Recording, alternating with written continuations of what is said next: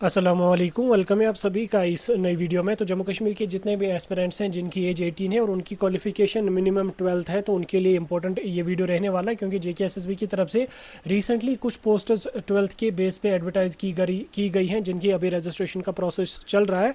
इस वीडियो में मैं आपके साथ उन्हीं के बारे में बात करूँगा, कौन सी पोस्टर्स हैं, क्या एलिजिबिलिटी है, सिलेक्शन का प्रोसीजर क्या रहेगा, पेपर का पैटर्न, सिलेबस क्या रहेगा, सारी चीज़ें आपके साथ इस वीडियो के थ्रू मैं डिटेल में समझाने की कोशिश करूँगा। आप इस वीडियो को एंड तक देख लेना, चैनल को भी सब्सक्राइब कर देना, व्हाट्सएप पर टेलीग्राम ग्रुप ज्वाइन कर लेना, लिंक आपको डिस्क्रिप्शन में मिल जाएगी। तो चलिए वीडियो को शुरू कर ले। तो देख लेते हैं यहाँ पे जेकेएसएसबी की इस 12th बेस रिक्रूटमेंट नोटिफिकेशंस या इन रिक्रूटमेंट पोस्ट्स के बारे में। तो एक एक करके सारी चीज़ें आपके साथ में डिस्कस करता जाऊंगा। ये जो पोस्ट है आपकी आई थी, ये है आपका जेकेएसएसबी असिस्टेंट कंपाइलर की vacancy. Advertisement notification number 3 of 2026 में JKSSB advertisement number 3 of 2026 JKSSB ने जब वो इन पोस्ट्स को एडवर्टाइज किया था, यानी कि नोटिफिकेशन नंबर 3 ऑफ 2026 में जब वो इन पोस्टर्स को जेकेएसएस में एडवर्टाइज किया था।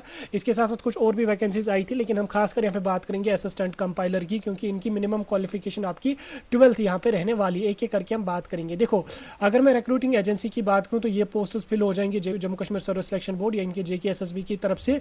एडवर्टीजमेंट की अगर मैं बात करूँ तो एडवर्टीजमेंट नंबर 3 ऑफ 2026 है। जैसे मैंने स्टार्टिंग में भी आपको बोला, फाइनेंस डिपार्टमेंट की ये पोस्टें आपकी रहने वाली है। असिस्टेंट कंपाइलर पोस्ट का नाम है। ये आपकी डिविजनल कैडर पे रहेंगे, डिस्ट्रिक्ट कैडर पे नहीं, ये आपका डिवीजन कैडर पे रहेंगे। जम्मू में भी है, कश्मीर में भी। आप जम्मू के लिए भी अप्लाई कर सकते हैं, कश्मीर के लिए भी अप्लाई कर सकते हैं, दोनों के लिए आप कर सकते हैं। जॉब लोकेशन की अगर मैं बात करूँ, ये पूरा जम्मू कश्मीर में आपका रहेगा। जम्मू कश्मीर के बाहर आपको जाना नहीं पड़ेगा, यानी कि ये यहाँ अगर आपकी इसमें सीट निकलती है तो आपको जम्मू कश्मीर में ही यहाँ पे अपनी जॉब करनी पड़ेगी। ठीक, एक एक करके सारी चीज़ें हम देखने की कोशिश करेंगे। पहले यहाँ पे हम रजिस्ट्रेशन की डेट्स को देखेंगे। रजिस्ट्रेशन की डेट की अगर मैं बात करूँ तो ऑफिशियल नोटिफिकेशन के हिसाब से 20 अप्रैल को आपका रजिस्ट्रेशन का प्रोसीजर स्टार्ट हुआ था। लास्ट डेट आपकी 19 मई थी, लेकिन डेट को और एक्सटेंड यहाँ पे किया गया। इस चीज़ को याद रखना, रजिस्ट्रेशन डेट को एक्सटेंड किया गया। पहले 19 मई लास्ट डेट थी, अब इसको 10-12 दिन और एक्सटेंड करके यहाँ पे जून के फर्स्ट वीक तक डेट एक्सटेंड कर दी गई है। तो आप यहाँ पे अपना फॉर्म बड़ी आसानी से भर सकते हैं। तो याद रखना, 19 मई नोटिफिकेशन के हिसाब से लास्ट डेट थी,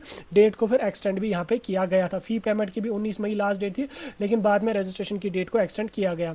रजिस्ट्रेशन करने के लिए आपको jkssb.nic.in जो ऑफिशियल वेबसाइट है Jammu Kashmir service selection board की, वहीं पे जाके आपको अपना फॉर्म जब वो सबमिट करना पड़ेगा। ठीक, बाकी चीज़ों को भी हम एक एक करके समझने की कोशिश करेंगे, लेकिन उससे पहले यहाँ पे हम एलिजिबिलिटी का क्राइटेरिया जानेंगे कि एलिजिबिलिटी का क्राइटेरिया क्या यहाँ पे इन वैकेंसीज का रहने वाला है। पहले यहाँ पे अगर हम बात करेंगे डोमिसाइल की, तो इसमें कैंडिडेट यूटी जम्मू कश्मीर का रेजिडेंट होना चाहिए। लद्दाख वाले बच्चे एलिजिबल नहीं है। यूटी जम्मू कश्मीर के जो रेजिडेंट हैं स्टूडेंट्स, वही इसमें एलिजिबल है। क्वालिफिकेशन की अगर मैं बात करूँ तो एजुकेशन क्वालिफिकेशन आपको मिनिमम 10+2 यानी कि 12th आपका मिनिमम होना चाहिए।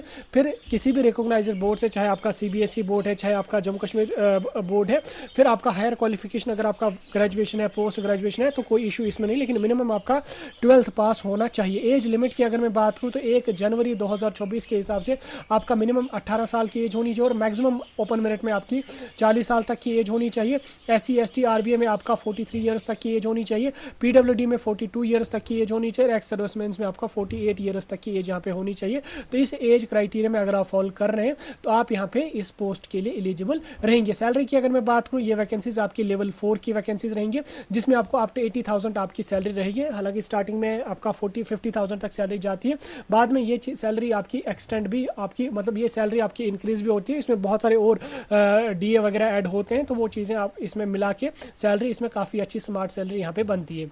अब देखो, यहाँ तक तो आपको समझ आ गया, सारी चीज़ें समझ आ गया। अब सिलेक्शन का प्रोसीजर हम देखेंगे। सिलेक्शन का प्रोसीजर, आपका एग्जाम देना पड़ेगा, रिटन एग्जाम आपको क्वालिफाई करना पड़ेगा। एग्जाम क्वालिफाई करने के बाद आपका सेकंड पैटर्न कुछ भी नहीं है, जस्ट आपने एग्जाम क्वालिफाई किया, उसमें जितना आपका स्कोर आया उस स्कोर के बेस पे आपका मेरिट यहाँ पे तैयार किया जाएगा। अगर एग्जाम हो रहा है तो एग्जाम किस तरीके का हो जाएगा, पहले यहाँ पे हम बात करेंगे एग्जाम की। मोड ऑफ एग्जाम अगर हम देखेंगे, मोड ऑफ एग्जाम आपका OMR बेस्ड रहेगा।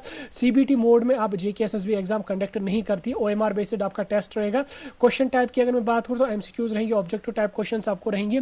टोटल क्वेश्चन आपको 120 रहेंगे, टोटल मार्क्स आपको 120 रहेंगे। टोटल टाइम आपको 2 घंटे का दिया जाएगा और 0.25 की आपको नेगेटिव मार्किंग भी यहाँ पे देखने को मिलेगी, यानी कि 0.25 की आपको नेगेटिव मार्किंग भी देखने को मिलेगी, यानी कि 1/4 नेगेटिव मार्किंग आपको यहाँ पे देखने को मिलेगी। ठीक, सिलेबस की अगर मैं बात करूँ, अगर एग्जाम हो रहा है तो सिलेबस कुछ ना कुछ होगा। सिलेबस आपका 4-5 सेक्शंस में डिवाइड रहेगा, जिसमें आपका सबसे पहले इंग्लिश का पोर्शन रहेगा। इसमें आपको लगभग 30 मार्क्स तक पूछे। हालांकि अभी ऑफिशियल सिलेबस आया नहीं है, लेकिन टेंटेटिव सिलेबस में आपको बता देता हूँ, ऑफिशियल सिलेबस आने वाले कुछ दिनों के अंदर रिलीज कर दिया जाएगा।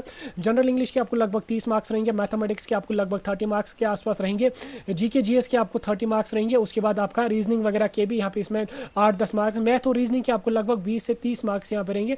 इसके अलावा कंप्यूटर एप्लीकेशन वगैरह भी आपका यहाँ पे रहेगा, तो वो चीज़ें आप यहाँ पे देख लेना। टोटल आपको 120 मार्क्स यहाँ पे पेपर में आ जाएंगे और 120 मार्क्स का टोटल आपका पेपर यहाँ पे बनने वाला है जेके एसएसबी का। ठीक, उसके अलावा फी की अगर मैं बात करूँ, फी के ओपन मेरिट के लिए आपको 600 रुपीज़ की फी पे करनी पड़ेगी।